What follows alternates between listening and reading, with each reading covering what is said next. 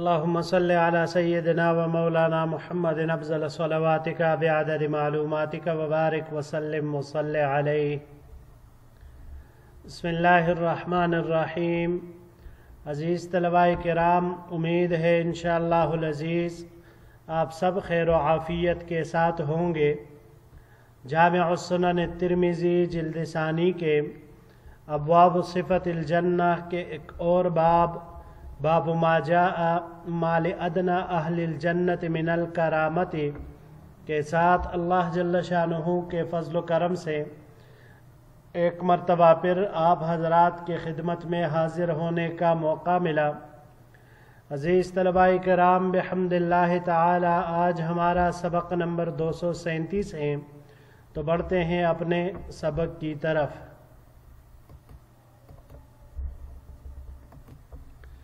باب ما جاء مال ادنا اہل الجنت من الکرامت. یہ باب اس بیان میں ہے کہ جنتیوں میں سے سب سے کم مرتبے والے کے لیے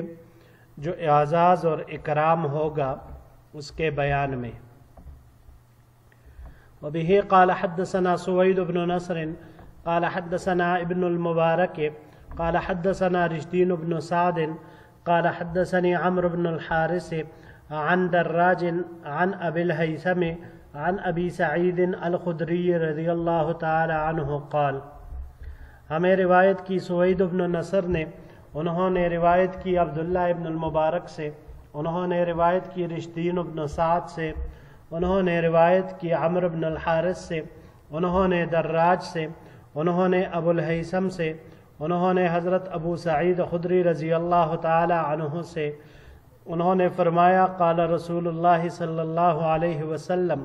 حضور نبی کریم صلی اللہ علیہ وسلم نے ارشاد فرمایا ادنا اہل الجنت منزلتا الذی له 80,000 خادم و 72 زوجتا. اہل جنت میں سے سب سے کم مرتبے کا جو شخص ہوگا اس کے لیے 80,000 خادم اور 72 بیویاں ہوں گی. وَتُنْصَبُ لَهُ قُبَّةٌ مِّن لُؤْلُؤٍ وَزَبَرْجَدٍ وَيَاقُوتٍ كَمَا بَيْنَ الْجَابِيَةِ إِلَى صَنْعَاء. اور اس کے لیے موتی، زبرجد اور یاقوت سے اتنا بڑا خیمہ نصب کیا جائے گا جتنا کہ صنعاء اور جابیہ کے شہروں کے درمیان فاصلہ ہے. وبهذا الاسناد عن النبی صلی اللہ علیہ وسلم قال. اور اسی سند سے حضور نبی کریم صلی اللہ علیہ وسلم سے منقول ہے کہ آپ علیہ الصلاۃ والسلام نے ارشاد فرمایا من مات من اہل الجنت من صغیر او کبیر یردون بنی 30 فی الجنت لا یزیدون علیہا ابدا وکذالک اہل النار. کہ دنیا میں اہل جنت میں سے جس کی موت ہو، چاہے وہ چھوٹا ہو یا بڑا، جس عمر کا بھی ہو، تو جنت میں ان میں سے ہر ایک کو 30 سال کے عمر کا کر دیا جائے گا اور وہ کبھی بھی اس عمر کے سے زائد کے نہیں ہوں گے. وَكَذَلِكَ أَهْلُ النَّارِ. اور یہی حال دوزخیوں کا بھی ہوگا، یعنی ان کی عمریں بھی ہمیشہ کے لیے 30 سال ہی رہے گی. وبهذا الاسناد عن النبی صلی اللہ علیہ وسلم قال. اور اسی سند کے ساتھ حضور نبی کریم صلی اللہ علیہ وسلم سے منقول ہے ان علیہم التیجان ان ادنا لؤلؤۃ منها لتضیء ما بین المشرق والمغرب. آپ علیہ الصلاۃ والسلام نے ارشاد فرمایا کہ اہل جنت کے سروں پر جو تاج ہوں گے ان کا سب سے معمولی موتی بھی ایسا ہوگا کہ مشرق سے مغرب تک اس کو روشن کر دے گا. ھذا حدیث غریب لا نعرفہ الا من حدیث رشدین ابن سعد. یہ حدیث غریب ہے، ہم اسے نہیں جانتے مگر صرف رشدین ابن سعد کی روایت سے. اگلے سلائیڈ کی طرف بڑھتے ہیں جی. وبه قال حدثنا ابو بکر محمد بن بشار قال حدثنا معاذ بن هشام قال حدثني ابي عن عامر الاحول عن ابي الصديق الناجي عن ابي سعيد الخدري رضي الله تعالى عنه قال. ہمیں روایت کی ابو بکر محمد بن بشار نے، انہوں نے روایت کی معاذ بن ہشام سے، انہوں نے روایت کی والد سے، انہوں نے عامر الاحول سے، انہوں نے ابو الصدیق الناجی سے، انہوں نے حضرت ابو سعید خدری رضی اللہ تعالی عنہ سے قال قال رسول اللہ صلی اللہ علیہ وسلم،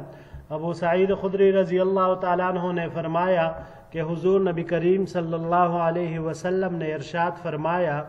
المؤمن اذا اشتهى الولد في الجنة كان حمله ووضعه وسنه في ساعة كما يشتهي۔ اگر بالفرض کوئی مومن جنت میں اولاد کی خواہش کرے گا تو اس کی خواہش یوں پوری ہوگی کہ بچے کا حمل، اس کی پیدائش اور اس کی انتہائی عمر جو 30 سال کا بھی روایت میں گزرا، تو یہ ایک گھڑی میں فی ساعت کما یشتہی، ایک گھڑی میں مکمل ہو جائے گی جیسا کہ وہ چاہتا ہوگا۔ ھذا حدیث حسن غریب، یہ حدیث حسن غریب ہے۔ وقد اختلف اہل العلم فی ھذا فقال بعضهم فی الجنت جماع ولا يكون ولد، اور اہل علم حضرات کا اس میں اختلاف ہے، تو بعض فرماتے ہیں کہ جنت میں صرف جماع ہوگا، اس سے اولاد کوئی نہیں ہوگی۔ ھکذا یروى عن طاووس ومجاہد وابراہیم النخعی، اسی طرح نقل کیا گیا ہے طاووس، مجاہد اور ابراہیم النخعی رحمہم اللہ، ان تینوں حضرات کا یہی فرمانا ہے۔ وقال محمد قال اسحاق بن ابراہیم فی حدیث النبی صلی اللہ علیہ وسلم، امام بخاری رحمہ اللہ فرماتے ہیں کہ اسحاق ابن رابع حضور نبی کریم امام بخاری رحمہ اللہ فرماتے ہیں کہ اسحاق ابن ابراہیم حضور نبی کریم صلی اللہ علیہ وسلم کی اس حدیث میں فرماتے ہیں، اذا اشتهى المؤمن الولد فی الجنت کان فی ساعت کما یشتہی ولکن لا یشتہی، کہ اگر کوئی جنتی اولاد کی خواہش کرے گا تو وہ ایک ہی گھڑی میں اس کی خواہش کو پوری، اگر کوئی مومن کوئی جنتی اولاد کی خواہش کرے گا تو ایک گھڑی میں ہی اس کی خواہش پوری ہو جائے گی، ولیکن لا یشتہی، مگر کوئی جنتی ایسا نہیں چاہے گا۔ قال محمد وقد روی عن ابی رزین العقیلی عن النبی صلی اللہ علیہ وسلم ان اہل الجنت لا یکون لہم فیہا ولد، اور ابو رزین عقیلی ایک حدیث سے استدلال کرتے فرماتے ہیں جو انہوں نے حضور نبی کریم صلی اللہ علیہ وسلم سے نقل کی ہیں کہ اہل جنت کے ہاں کوئی اولاد نہیں ہوگی۔ وابو الصدیق الناجی اسمہ بکر بن عمرو ویقال بکر بن قیس، یہاں پر یہ جو راوی آئے اس روایت میں ابو الصدیق الناجی، تو ان کا نام بکر بن عمر ہے، بعض حضرات نے ان کا نام بکر بن قیس بھی فرمایا ہے۔ جی عزیز طلباء کرام، اس باب میں سب سے جو کم مرتبے والا جنتی ہوگا اس کے اعزاز اور اکرام کا تذکرہ کیا گیا۔ تو سب سے پہلی بات جو اس روایت سے معلوم ہوئی وہ یہ کہ سب سے کم درجے کا جو جنتی ہوگا اس کے 80,000 خدام ہوں گے اور حور عین میں سے 72 بیویاں ہوں گی، اور اس کا خیمہ جو حضور نبی کریم صلی اللہ علیہ وسلم نے ارشاد فرمایا تو وہ اتنا بڑا خیمہ ہوگا موتی زبرجد اور یاقوت کا کہ جابیہ سے لے کر صنعاء تک جتنا فاصلہ ہے، اور ان دونوں شہروں کے درمیان تقریباً اس وقت کے حساب سے یہ 1 مہینے کے بقدر مسافت تھی۔ تو یہ تمام چیزیں اعزاز اور اکرام کے طور پر ہوگی اس جنتی کے لیے جس سے نیچے کوئی اور جنتی نہیں ہوگا، یعنی سب سے کم مرتبے والا، اس کے لیے اللہ جل شانہ نے اتنی کچھ انعامات اور نوازشات تیار کی ہوگی۔ پھر آگے معلوم ہوا کہ دنیا میں انسان چھوٹے عمر میں مرے، بڑا ہو کر مرے، جنت میں ان کی عمریں 30 سال ہوگی، اور جہنم والوں کی بھی عمریں، چاہے دنیا میں وہ بچے ہو کر مرے تھے، بڑھاپے پہ مرے تھے، جوانی میں مرے تھے، جس حالت میں جس عمر میں بھی ان کو موت آئی ہوگی، لیکن دوزخ میں ان کی عمر یہی 30 سال ہوگی۔ اور پھر جو حضور نبی کریم صلی اللہ علیہ وسلم سے نقل کیا گیا کہ اہل جنت کے سروں پر جو تاج ہوں گے، اگر اس تاج میں سے کوئی سب سے کم تر موتی وہ نکال دی جائے تو اس موتی کی چمک اس قدر شدید ہوگی کہ وہ پورے مشرق اور مغرب کو روشن کر دے۔ تو جو سب سے کم موتی ہوگی اس کا یہ عالم ہوگا، تو پھر یا سبحان اللہ جو اعلیٰ قسم کے موتی ہوں گی تو ان کے چمک دمک کا کیا عالم ہوگا۔ پھر آگے امام ترمذی رحمہ اللہ نے ایک مسئلہ یہاں پر ذکر کیا اس روایت کے تحت کہ آیا اہل جنت کی اولاد ہوگی یا نہیں، تو اس میں اہل علم کا اختلاف بھی انہوں نے ذکر کر دیا اور 3 مسلک ذکر فرمائے۔ پہلا مسلک اس میں حضرت طاؤوس، مجاہد اور ابراہیم نخعی رحمہم اللہ، یہ تینوں حضرات فرماتے ہیں کہ جنت میں صرف جماع ہوگا، اولاد نہیں ہوگی اور نہ ہی اس کی خواہش ہوگی۔ دوسرا نمبر اسحاق ابن ابراہیم کا ہے۔ امام بخاری رحمہ اللہ فرماتے ہیں کہ اگر کوئی اولاد کی خواہش بھی کرے جنت میں تو ایک ہی گھڑی میں اس کی یہ خواہش پوری ہو جائے گی، ولیکن لا یشتہی، لیکن فرماتے ہیں کہ وہ ایسی خواہش کرے گا نہیں۔ اور جو تیسرا مسلک اس میں ذکر ہوا، ابو رزین العقیلی حضور نبی کریم صلی اللہ علیہ وسلم سے نقل فرماتے ہیں، تو اس میں بھی یہی ہے کہ اہل جنت کے ہاں کوئی اولاد نہیں ہوگی۔ اچھا، پھر بعض حضرات نے ان تمام اقوال اور روایات کو سامنے رکھ کر یہ فرمایا کہ دیکھیں جو اہل جنت کے لیے اولاد کی نفی کرتی ہے تو ان کا مطلب یہ ہے کہ بھائی دنیا کی طرح ان کی اولاد نہیں ہوگی کہ جو نکاح اور جماع کے نتیجے میں وجود میں آتی ہے۔ اور جن حضرات نے کہا کہ ان کی اولاد ہوگی تو اس کا معنی یہ ہے کہ اگر بالفرض کوئی جنتی اس کا خواہش بھی کرے گا تو اس کی خواہش کو پورا کیا جائے گا، لیکن وہ ایسی خواہش کرے گا نہیں، کیونکہ اہل جنت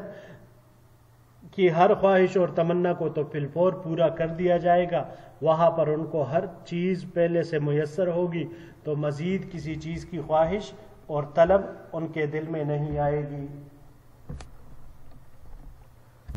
جی بڑھتے ہیں آخری باب کی طرف۔ باب ما جاء فی کلام الحور العین، یہ باب حور عین کے گفتگو کے متعلق ہے۔ وبه قال حدثنا حناد واحمد بن منیع قال حدثنا ابو معاویہ قال حدثنا عبد الرحمن بن اسحاق عن النعمان بن سعد عن علی رضی اللہ تعالی عنہ قال، ہمیں روایت کی حناد نے اور احمد بن منیع نے، یہ دونوں حضرات فرماتے ہیں ہمیں روایت کی ابو معاویہ نے، انہوں نے عبد الرحمن بن اسحاق سے، انہوں نے نعمان بن سعد سے، انہوں نے حضرت علی رضی اللہ تعالی عنہ سے، قال قال رسول اللہ صلی اللہ علیہ وسلم، کہ حضور نبی کریم صلی اللہ علیہ وسلم نے ارشاد فرمایا، ان فی الجنت لمجتمعا للحور العین یرفعن باصوات لم يسمع الخلائق مثلها، کہ جنت میں حور عین کے لیے جمع ہونے کی ایک جگہ ہے